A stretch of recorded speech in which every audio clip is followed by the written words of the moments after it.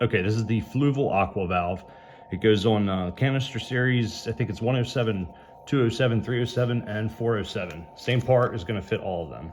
We're going to talk about a couple things that go wrong with this as far as leaks and operation or it not working correctly. And then also if you want to upgrade the tubing or replace your tubing because it's old and dirty, we'll talk about how to replace the tubing and how to get it connected and up over the rim of your tank and into the aquarium. So the first thing that you're going to look for with leaks is your valves here. So this is actually, it's two valves, but they are connected together inside, and then they also will separate inside, and that's part of the problem, which you'll see here shortly. If you ever see that this valve here, the edge of it, is not flush with the whole assembly, if it's stuck out maybe 1/8 of an inch or so, that can cause leaks. One of the other issues that you'll find with this is your valves, if the rotation of them internally has gotten messed up, the external portion of it here will not line up correctly. If you have this closed, both of these pieces should be vertical. If one of these is horizontal and the other one is vertical, then basically your valves are, one's open and one is closed. So we have to get it apart to see what's going on the side. So we've already taken this piece off. To get the white lever off here, if you have it incorrectly, you would have to open it just slightly, and you'll see the back, there's these white tabs. Just sort of peel in on or push in on them a little bit with a little screwdriver. It'll loosen it up, and then it'll just work itself right out the front. It's also a good indication if you can get this off without having to do that, then it probably wasn't on there correctly in the first place, which will create some of the issues internally. Then you're going to take this piece here, pull it out.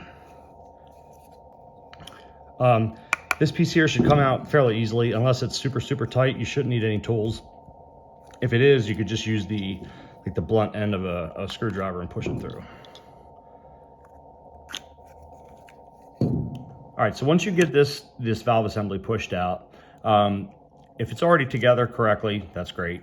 But what you need to look for is, for one, your two holes here, this is for your input and your output, are currently lined up correctly. And if this was somehow twisted in here, they are not lined up correctly. So if you manage to get this lever to actually work, what you would find is that your, say for example, input would be open and your output would be closed because they are not in the correct orientation. So you want to check your O-rings, make sure there's no cuts, scrapes, anything like that. And when you put this together, it's very simple. There's little locking tabs on each side. And you just put it together in this manner. Push the little tabs down so that they go under the lock, and it'll click. And when it clicks, you know you're good. So you want to add a little bit of food safe O-ring lube, silicone, just to help have things moving correctly in there, and then also to prevent any leaks. It just creates a little bit more of a seal. You don't need to use a whole lot of this stuff because it is messy. And to reassemble, I'm just going to push this in here. You really shouldn't need any tools for this or anything, just your own hands and strength. You should be able to push it and pop it right down in. You have it flush. Both valves, that's vertical, that one's vertical. Now we're going to take the white lever here.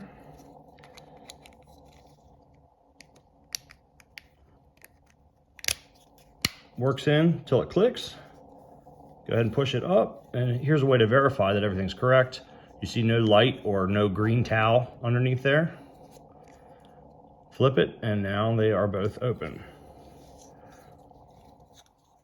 This piece here on the bottom, you'll see that there's a rounded edge, and you see that this has a rounded edge. So you almost want to put it on like a 45-degree angle, and this will just slide right onto the rounded edge and go up into here.